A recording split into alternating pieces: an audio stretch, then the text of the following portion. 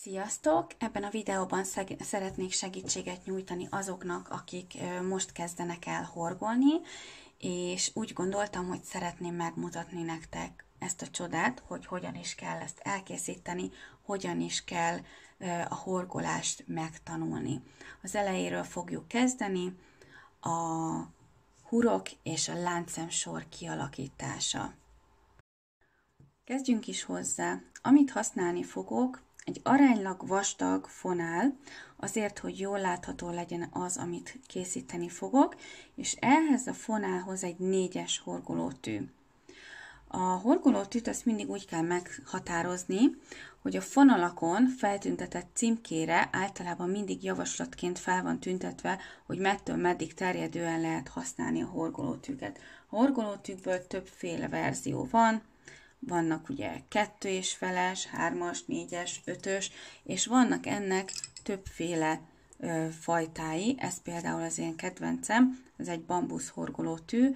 Ez azért nagyon jó, mert például ez a bambusz ez nagyon jól felszívja a nedvességet a kézről. De van ezen kívül elég vastag, ez ilyen teflonos, ez egész jól csúszik. Ezek pedig az alumínium horgolótűk, amit még nagyon szeretek használni. Ezek is nagyon jól használhatóak. Ezeknek majd a linkjét beteszem a videó alá. Kezdjünk is hozzá, hogy hogyan készítem el a legelső láncszemet.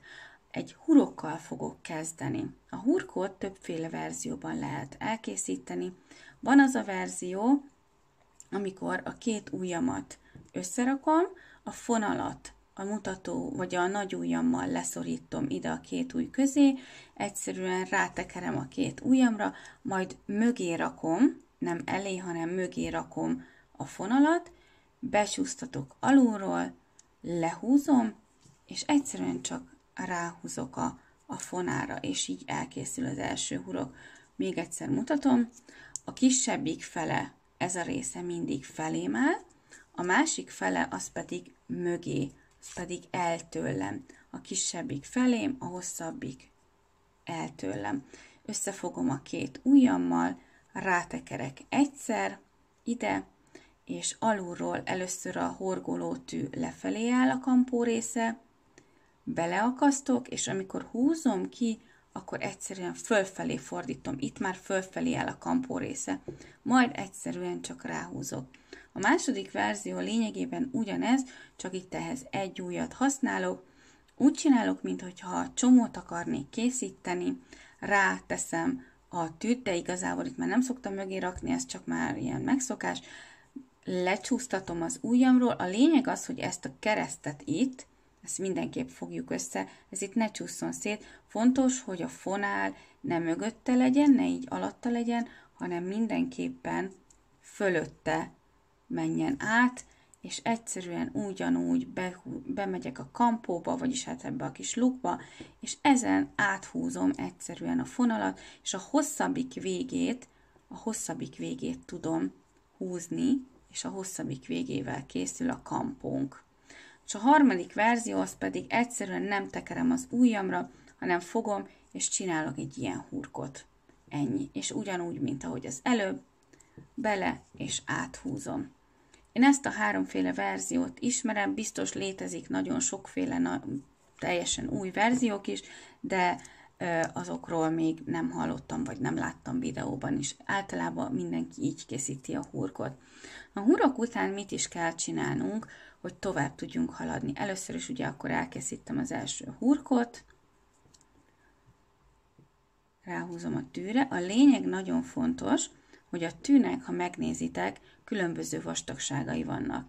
Itt ebben a szélben ez a legvastagabb, itt szoktuk fogni a horgolótűt. Aztán, ahogy haladok erre lefelé, ez a rész itt általában egyforma, és itt, ahol lecsúszik a fonál róla, ez a rész, ez meg megint csak el van vékonyítva, méghozzá azért, hogyha véletlenül túlságosan szorosra meghúzom a fonalat, akkor az az eset áll fent, hogy nem fogom tudni áthúzni a következő fonalat majd rajta. Hogyha ide lehúzom, itt egy kicsit vissza tudok rajta tágítani. Ezzel a kicsi résszel, a kisebbikkel mindig tudom tágítani a huroknak az erősségét. Na most én annyira szoktam meghúzni az első hurkomat, hogy a tűn könnyen tudjon csúszkálni. Azért is jók ezek az alumínium, meg ezek a teflonos tűk, mert ezen például nagyon-nagyon jól csúszik. De vannak ugyanilyenek, például, hogy a teljes horgolótű bambuszból van, na az mivel fa, ezért nem fog rajta tudni annyira csúszkálni, sokkal erősebben, szorosabban horgolunk vele. Én azért szeretem ezeket. Na most, ha én ezt meghúzom így erősen, mert valaki még kezdetben nagyon erősen dolgozik, akkor ez nekem nem fog olyan erősen, vagy olyan könnyedén csúszkálni. Picit visszahúzom, hogy lazább legyen. Így jól látható, hogy aránylag egész laza, és hogyha a kezemet így csúsztatgatom rajta, akkor nagyon egyszerűen könnyedén csúszik. Na most ezután, ha ezzel meg vagyok, kész a hurkom, tudom, hogy a fonának ez a része mindig felém áll. Ezzel nem fogok többé foglalkozni, teljesen máshogy működik, mint a kötésnél. A kötésnél ugye teljesen meg kell szabnom a munkadarabnak a hosszát, és a fonának a másik oldala teljesen hosszú. Na itt nálunk a fonál rögtön az elejétől kezdődik, és itt egy aránylag rövid szakasz van, amit úgymond feleslegessé fog válni. Na most, ezután én az ujjamra szoktam tekerni 2 vagy 3-szor, azon az oldalon, ahol dolgozom. Aki balkézzel csinálja, annál is ugyanígy van, csak ugye akkor a bal kéznél ugyanúgy a mutató ujjra tekerjük a fonalat. Megfeszítem a fonalat, de nem annyira, hogy teljesen szoros legyen, és elvágja az ereket, vagy elszorítsa az ütőeret az ujjamba, hanem csak annyira, hogyha dolgozok rajta, akkor egy picit tudjon magától csúszni a fonál a kezemen. Szóval rászorítok nagyjából, mint látjátok, azért ez itt feszes, de nem olyan vészes. És ezen, hogyha nagyon erősen, nagyon szorosan meg van feszítve, akkor itt ez is beszorul. Szóval erre figyeljetek oda, hogyha véletlenül túlfeszítitek, mert ezt már többször láttam másoknál is, hogy ezt így nagyon erősen akarja feszíteni, hogy ez a fonál nagyon-nagyon szoros legyen, akkor ez is itt túlfeszül, akkor ezen egy picit vissza tudsz húzni, így, és ezzel rásegítesz arra, hogy az első láncszemet átemeljük majd ezen a hurkon, mert hogy ezen át kell emelni. Na most akkor készítsük el az első láncszemünket. Ezt hívjuk huroknak, és most pedig elkészítjük az első láncszemet. Az első láncszem úgy fog kinézni, hogy a tünk fölfelé áll, a kampós vége. Ezt a kampós véget, az ujjunkat, azt érdemes kifeszíteni, vagyis hát így kinyújtani, mert ezzel segítünk rá, hogy a tűt rá tudjuk akasztani erre a kis fonáldarabra. Itt hátul tudsz segítkezni, először beteszem alá, és ezt a kis fonalat ráemelem, mutatom így, ráemelem a mutató ujjammal, segítve, hogy beakadjon oda. Ennek be kell akadnia ide ebbe a részbe.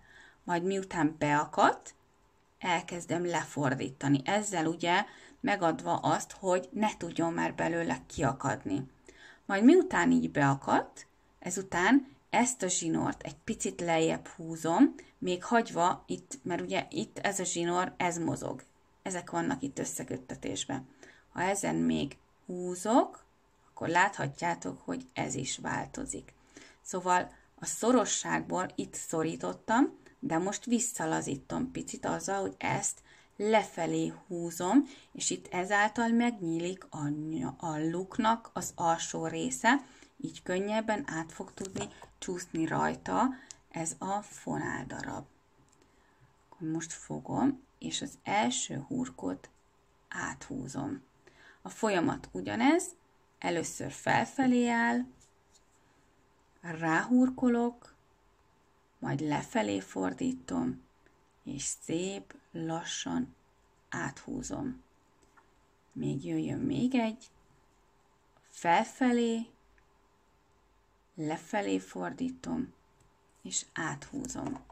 Ezt megmutatom közelebbről, még egyszer. A tű felfelé áll, beleakasztok, lefelé fordítom, majd elkezdem lefelé húzni, és a lukon áthúzom. Itt, amikor már ugye nincs ez a csík, ami segítene, hogy a lukam ne legyen túl szoros, ezért annyit tudok itt megoldani, hogy ide jövök az ujjammal, az ujjbegyemmel egészen ide a tőhöz, és igazából itt megszorítom, hogy ez ne tudjon nekem tovább csúszni. Szóval, hogyha ezt az ujjamat feszítem is, de ezt én itt leszorítom, akkor látjátok, nem tud tovább feszülni. Hagyok neki egy kis játékot, hogy így tudjon csúszkálni, majd megint ráfordítom, lefelé, és akkora a luk ott, hogy azon simán át fog csúszni. És így haladok, így kell lényegében a láncszemeket készíteni. Fölfelé áll, lefelé fordítom, áthúzom. Fölfelé áll, lefelé fordítom, áthúzom. És lényegében így néz ki az első láncszem sor, ami gyönyörű fonatot fog nekünk előről képezni, és a hátulja az pedig egy ilyen furcsa, kiemelkedő, hát nem is tudom, minek mondanám ezt. Ez annyira nem szép, de hogyha többet csinálunk belőle, akkor a hátulján itt középen végigfut a fonál. Azért ezzel a résszel könnyű megkülönböztetni, hogy melyik a horgolásunk eleje, melyik a hátulja, mert a hátulja az általában azért kicsit ilyen keszekusza, az eleje pedig egy gyönyörű szép fonat, olyan, mint amikor 3 tincsből nekiállunk és összefonunk egy fonatot.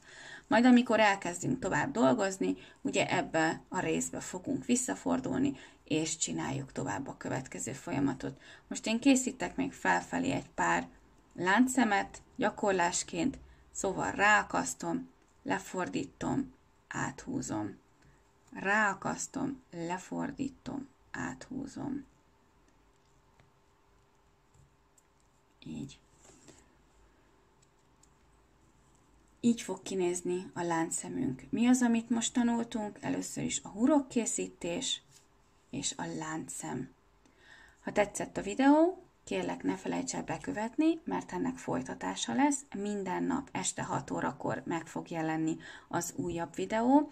Én ezen a munkadarabon ezen fogok dolgozni, pluszba elkészítem egy másik darabon is, hogy lássátok, mi lesz az aktuális, és azért folytatom mindig ezen, hogy lássuk, hogy mik azok, amiket tanulni fogunk, és mik azok, amik sorba egymás után jönni fognak ahhoz, hogy teljesen el tudjuk sajátítani a horgolás alapjait. Hogyha tetszett, kérlek lájkold a videót, és oszd meg, és mindenképp iratkozz fel. Nagyon szépen köszönöm, hogy megnéztétek, jó tanulást kívánok nektek, és nagyon szép alkotást. Az elkészült alkotásokat pedig, hogyha volna kedvetek, a Facebookon van egy csoport, horgolástanulás nem csak kezdőknek, ott készíteni fogok egy mappát, ahol az újra kezdők, vagy akik most kezdenek tanulni, azok feltölthetik az aktuálisan elkészült munkáikat, és így ellenőrizni tudjuk, és támogatni, segíteni egymást abban, hogy ha esetleg fejlődni kell, vagy problémája van, akkor tudunk tanácsot adni. Szóval köszönöm szépen még egyszer nektek, hogy megnéztétek, további szép alkotást, szép estét, sziasztok!